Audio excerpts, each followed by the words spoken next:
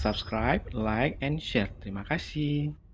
Assalamualaikum warahmatullahi wabarakatuh.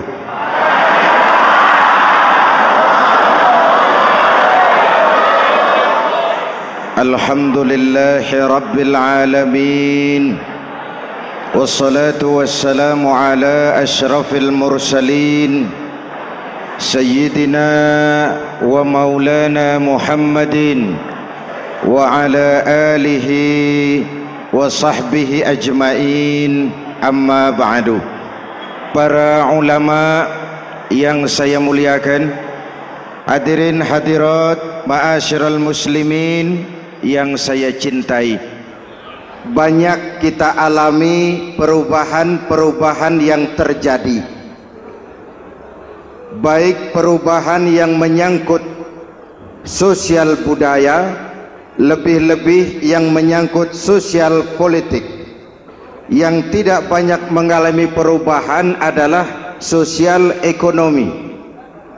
Bahkan angka kemiskinan kita naik menjadi 3/5 dari total penduduk kita hidup di bawah garis kemiskinan, dan 20% diantaranya miskin mutlak. Perubahan-perubahan yang terjadi menyadarkan kita kepada kebenaran Al-Quran ketika Allah menyatakan wa tilkal ayyamu nudawiluha bainan nas. Hari itu kami putar di antara manusia. Ada saat datang, ada waktu pergi, ada hari lahir, ada saat kembali, ada waktu dilantik, ada saat menyerahkan jabatan. Hari kami putar di antara manusia dan hidup cuma sekadar menunggu giliran. Soalnya kemudian di tengah perubahan-perubahan yang terjadi begitu cepat, what must we do now?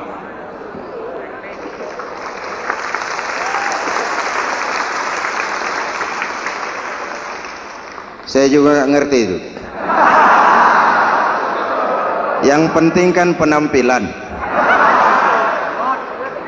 Saudara-saudara kaum muslimin di seluruh tanah air, jadi pemimpin adalah pelayan bagi orang yang dipimpinnya.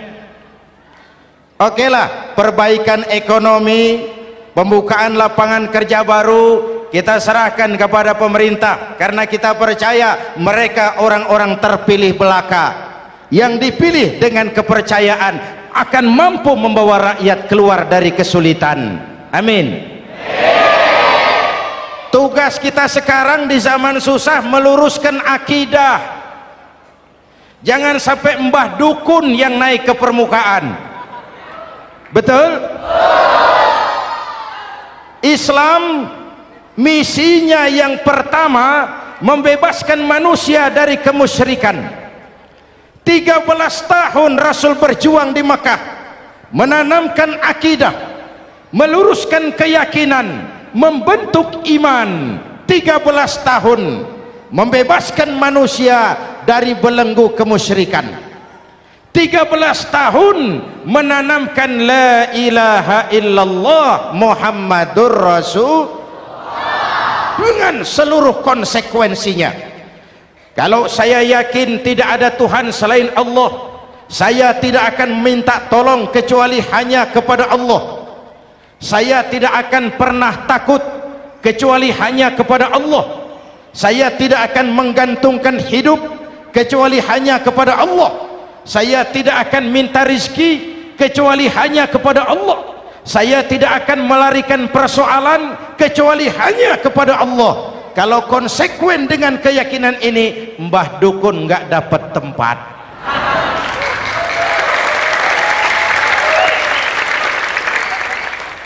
Akur? Ayo lihat secara sederhana. Saya sandaran di tiang, tiangnya ambruk, sayanya jatuh. Saya sandaran di tembok, temboknya runtuh, saya juga runtuh. Saya sandaran kepada orang kaya, dia jatuh miskin, saya bangkrut. Saya sandaran kepada jenderal, dia pensiun, saya selesai. Tapi kalau saya sandaran hanya kepada Allah, Allah tidak akan pernah miskin, Allah tidak akan pernah lumpuh, Allah tidak akan pernah terpuruk, dan Allah tidak akan pernah berkurang kekuasaannya.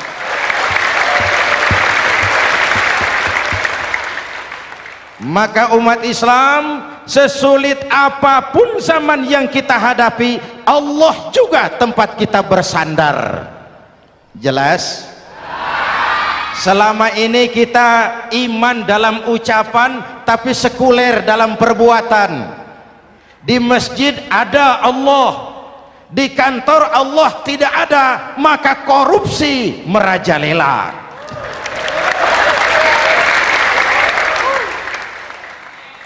Di masjid ada Allah, di pasar Allah tidak ada, maka timbangan tetap curang. Kita iman dalam ucapan tapi sekuler dalam perbuatan. Oleh karena itu, sesulit apapun zaman yang kita hadapi, iman jugalah pegangan kita, Allah juga tempat kita bersandar. Boleh zaman berubah, akidah jangan sampai goyah. Karena iman kita hidup, untuk iman kita berjuang, dan dalam iman kita ingin kembali menghadap Allah Subhanahu. Selama ini manusia Indonesia kita lebih banyak diisi otaknya, hati sering kosong, agama dangkal, akidah rapuh, moral rendah.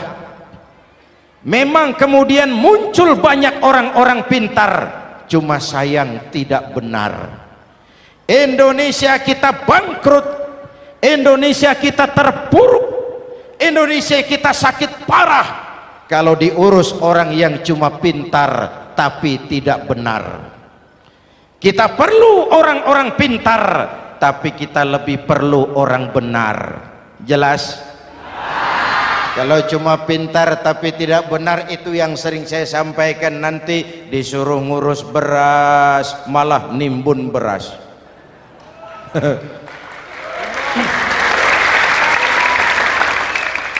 Disuruh ngurus laut malah jadi bajak laut.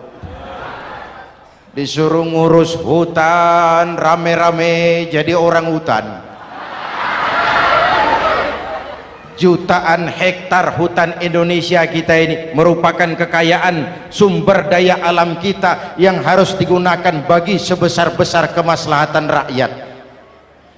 Yang disuruh ngurus hukum malah bikin hukum seperti pisau, tajam ke bawah, tumpul ke atas.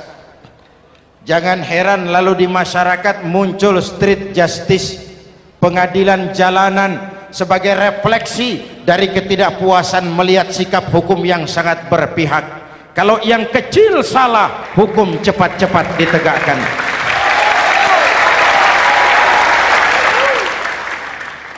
Lihat saja sekarang ini, kalau orang terkenal banyak uang punya masalah, antri yang bela.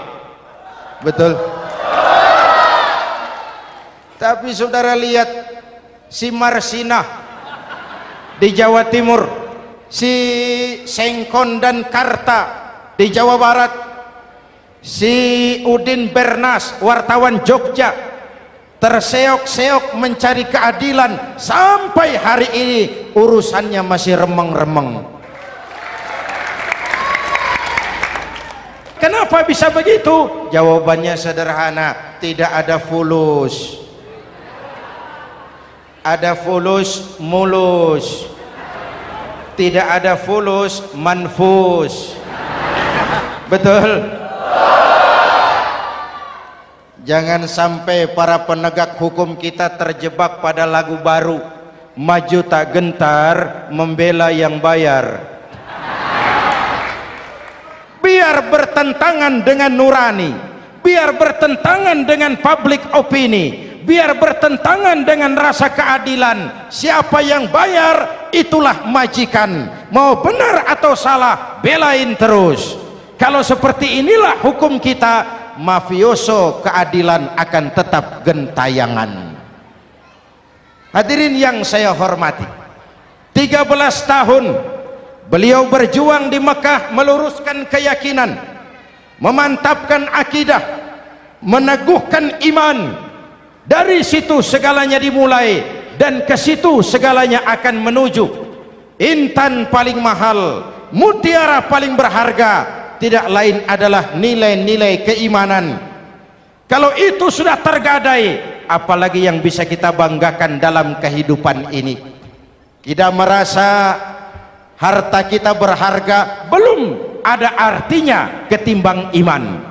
Kedudukan kita punya nilai pun belum ada artinya ketimbang dengan nilai-nilai keimanan. Itu intan paling mahal, itu mutiara paling berharga. Harta baru ada manfaatnya kalau dilandasi dengan iman. Jabatan dan kedudukan baru terasa gunanya kalau dilandasi dengan keimanan. Kalau jabatan lepas dari iman, yang akan lahir Fir'aun baru. Jelas? Kalau harta terlepas dari iman, yang akan muncul adalah konglomerat Korun. Kalau ilmu pengetahuan terlepas dari nilai dasar keimanan, maka yang akan muncul adalah ilmuwan pelacur yang menyalahkan yang benar, membenarkan yang salah untuk kepentingan pribadi. Dan kondisi seperti itu tidak akan membuat kita makin sehat. Oleh karena itu, pada kesempatan ini, pesan pertama saya, menghadapi zaman susah, tetap jaga akidah, tetap pelihara keyakinan. Kesulitan bukan untuk ditakuti, untuk diatasi. Hidup adalah kerja keras, bukan keajaiban. Perubahan tidak akan datang hanya dengan simsalabim abragadabra. Perubahan tidak akan muncul hanya dengan berandai-andai. Perubahan tidak akan turun dari langit seperti turunnya embun di waktu malam.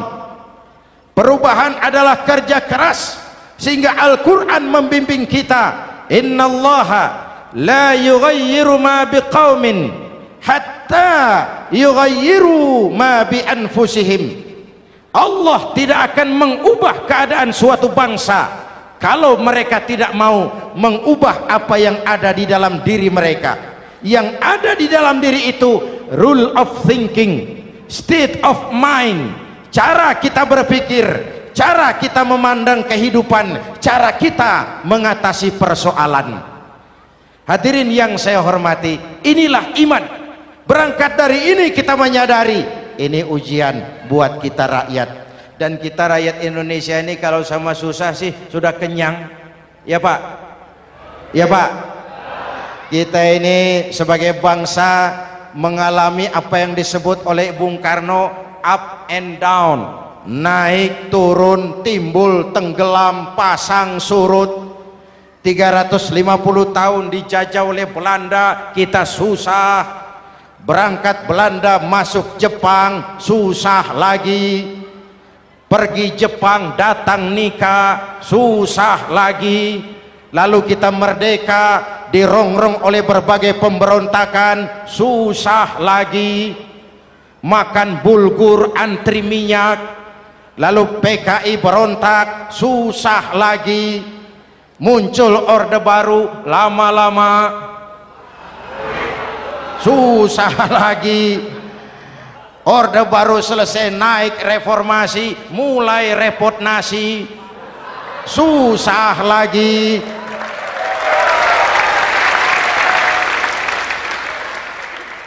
Kalau susah kita ini sudah akrab, sudah intim. Mestinya kalau sudah susah seperti itu, jangan salah sikap menyikapi kesusahan. Jangan sampai kita potong kompas, ambil jalan pintas, terjebak menghalalkan segala cara. Itu tidak akan menguntungkan, itu tidak akan menyelesaikan.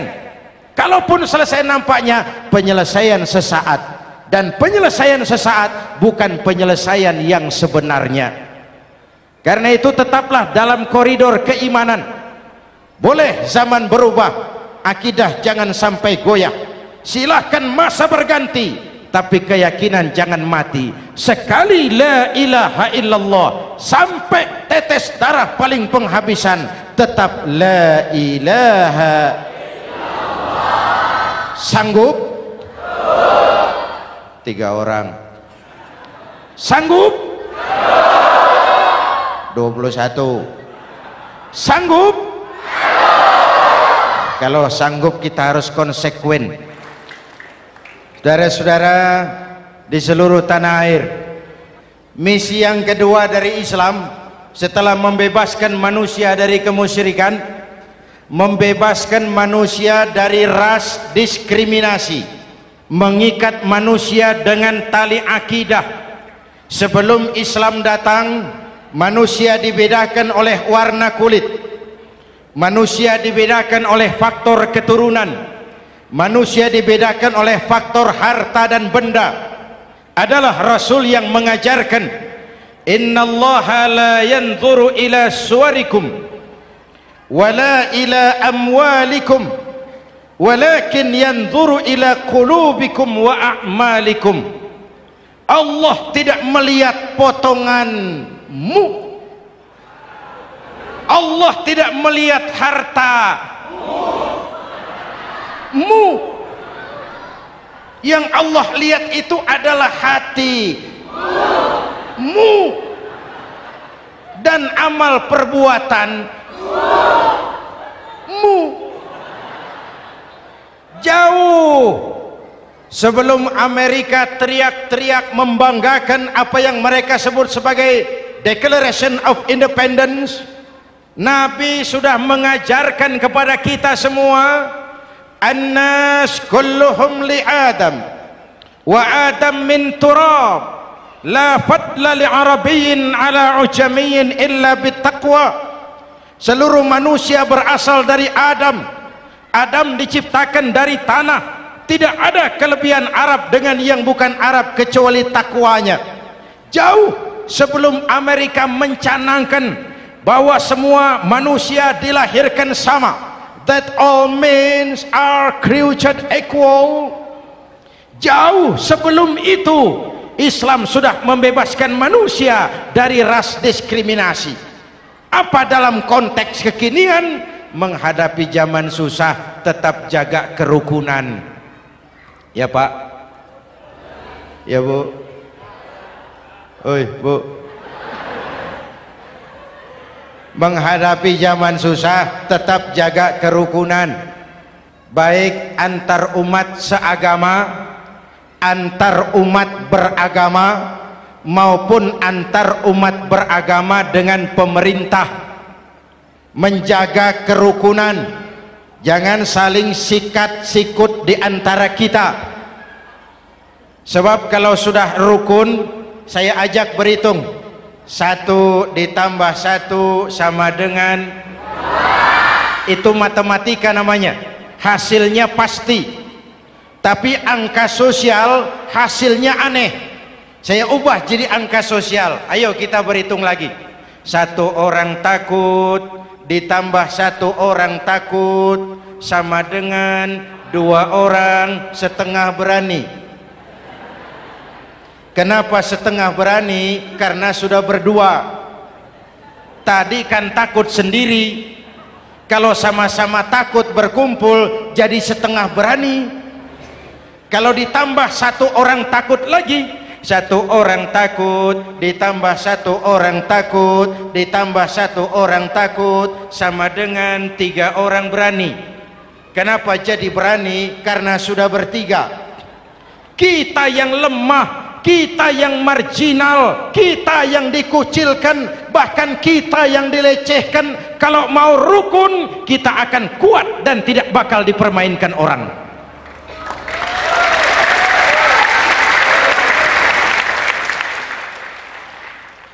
Tapi kalau rukunnya yang satu mau menikam yang lain, saya ajak berhitung lagi. Yuk berhitung yuk. 1 ekor ayam ditambah 1 ekor musang sama dengan 1 ekor musang.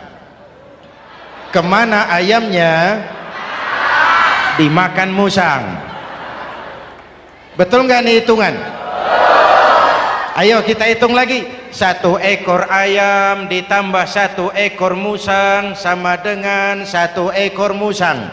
Kemana ayamnya? Dimakan musang.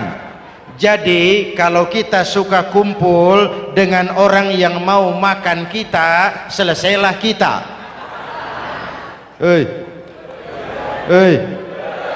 Maka kalau merasa kita ini ayam, yuk kumpul sama-sama ayam, pulang ke kandang ayam.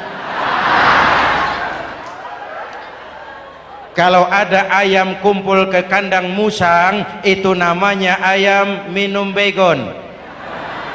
Jelas? Menjaga kerukunan.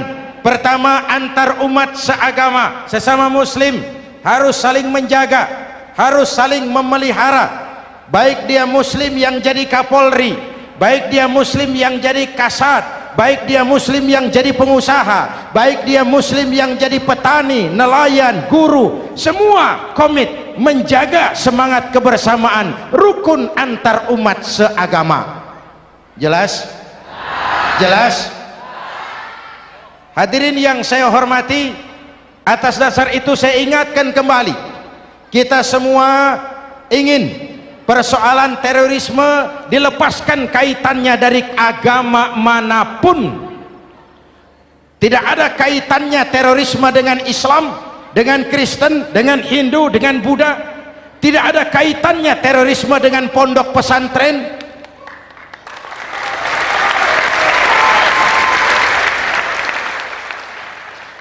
Jangan sampai pesantren jadi kambing hitam. Karena sejak zaman penjajahan, pesantren sudah terbukti memberikan kontribusi bagi perjuangan memerdekakan rakyat Indonesia. Rukun antar umat seagama. Yang kedua, rukun antar umat beragama. Islam ini rahmatan lil, jangankan manusia walaupun berbeda agama, binatang saja dihormati.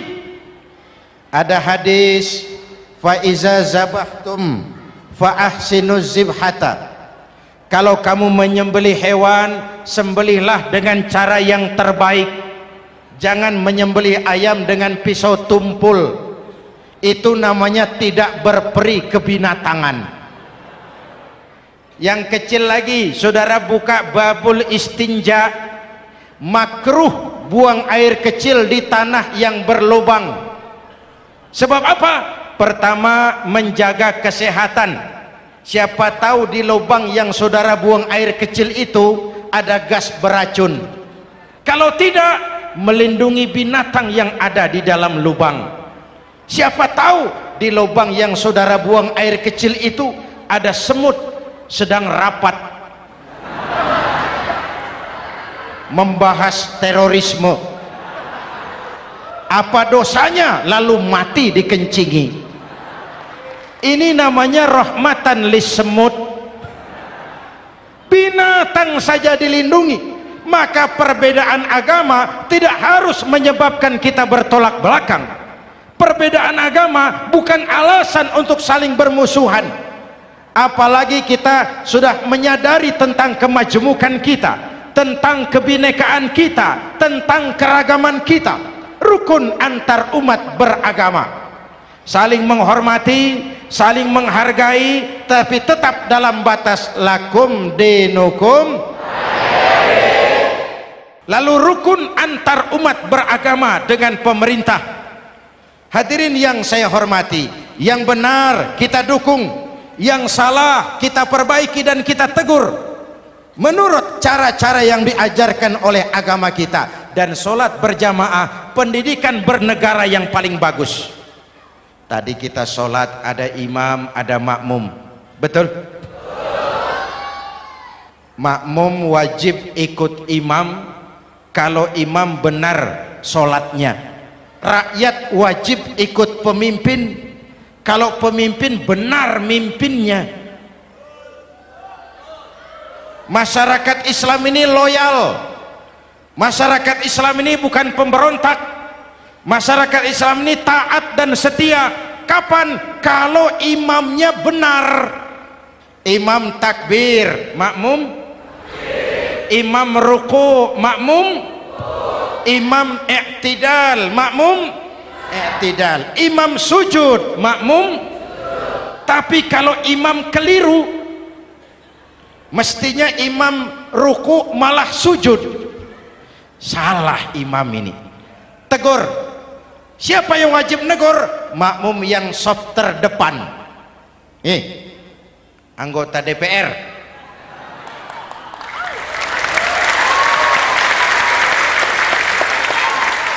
Ini wakil-wakil makmum ini, saf di depan ini. Kalau imam keliru, mereka paling tahu. Ngomong, tegur. Bagaimana negurnya? Ada aturan main. Mestinya ruku, imam sujud. Salah ini imam. Subhanallah. Kan begitu negurnya. Betul?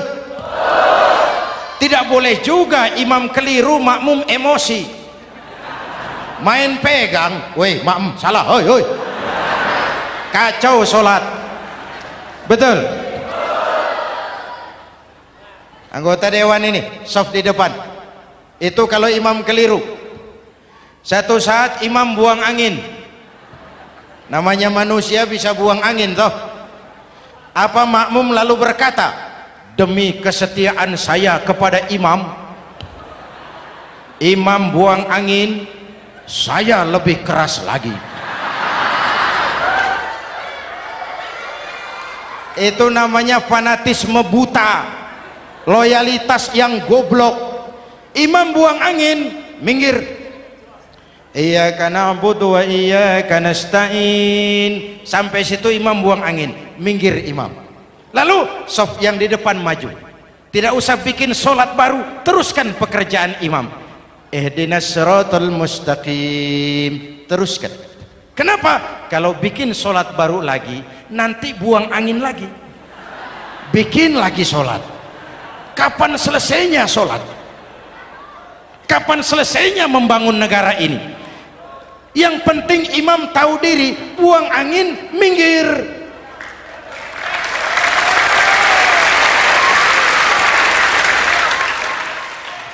Ini kacaunya sholat berjamaah kita sekarang, kacaunya negeri kita sekarang. Banyak imam sudah buang angin, gengsi. Diam aja merasa nggak punya salah. Dikasih tahu sama makmum, imam tadi buang angin ya, malah jawab sedikit. Apa kalau sedikit lalu tidak batal sholat itu?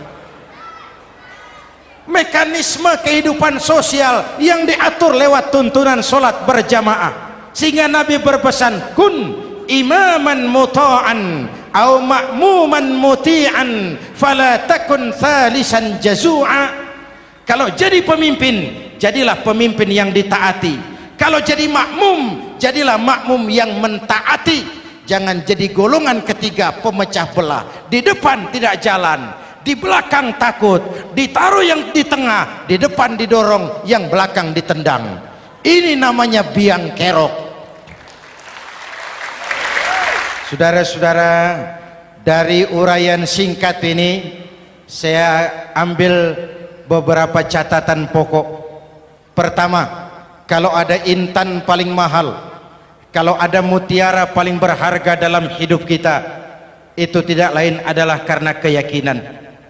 Hidup jadi indah, hidup jadi berharga, hidup jadi berarti kalau didasari atas sebuah keyakinan.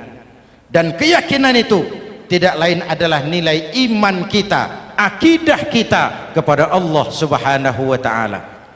Yang kedua, tetap menjaga kerukunan. Sesulit apapun zaman yang kita hadapi, kita tetap harus menjaga semangat kebersamaan. Kita harus tetap menjadi lem perekat yang menjaga keutuhan, baik sebagai bangsa maupun sebagai umat. Perbedaan adalah wajar, harus dihormati, sebagai ciri kehidupan berdemokrasi. Tapi jangan perbedaan menjadi sebab kita bermusuhan, dan jangan perbedaan menyebabkan kita saling berpecah belah. Hormati perbedaan, jangan perbedaan dipandang sebagai permusuhan. Dengan akidah yang kuat dan kebersamaan yang kokoh, ayo kita hadapi kesulitan, kita atasi kesulitan, dan dengan kerja keras untuk menyongsong hari esok yang lebih pasti. Mari kita Fatihah. Semoga Allah memelihara kita bangsa Indonesia ala hadhihi niyyah wa ila hadratin nabi. Al-Fatihah.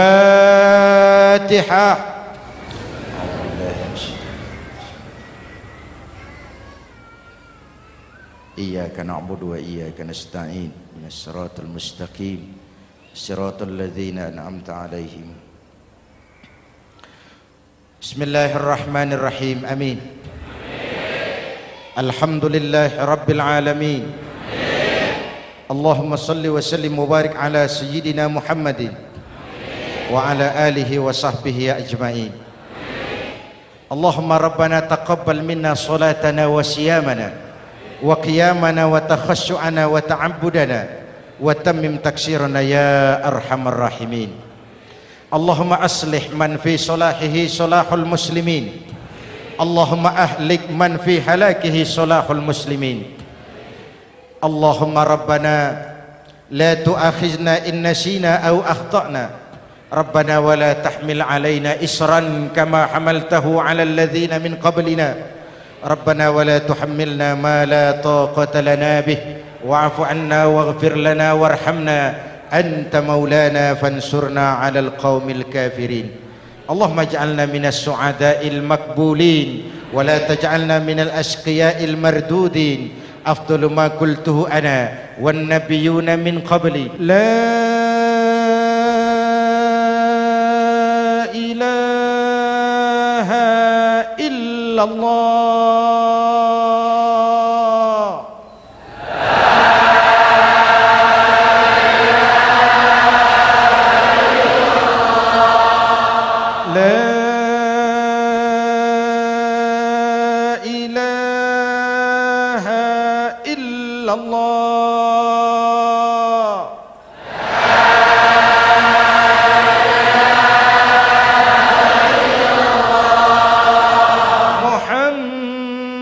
Muhammadur Rasulullah.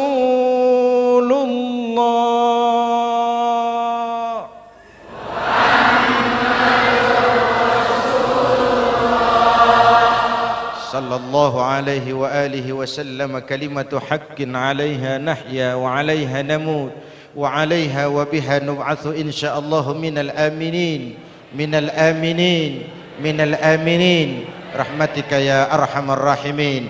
Sallallahu ala sayyidina Muhammad wa ala alihi wa sahbihi ajma'in. Ana rabbika rabbil izzati amma yasifun. Salamun alal mursalin walhamdulillahi rabbil alamin. Jumpa lagi di lain kesempatan insyaallah. Wassalamualaikum warahmatullahi wabarakatuh.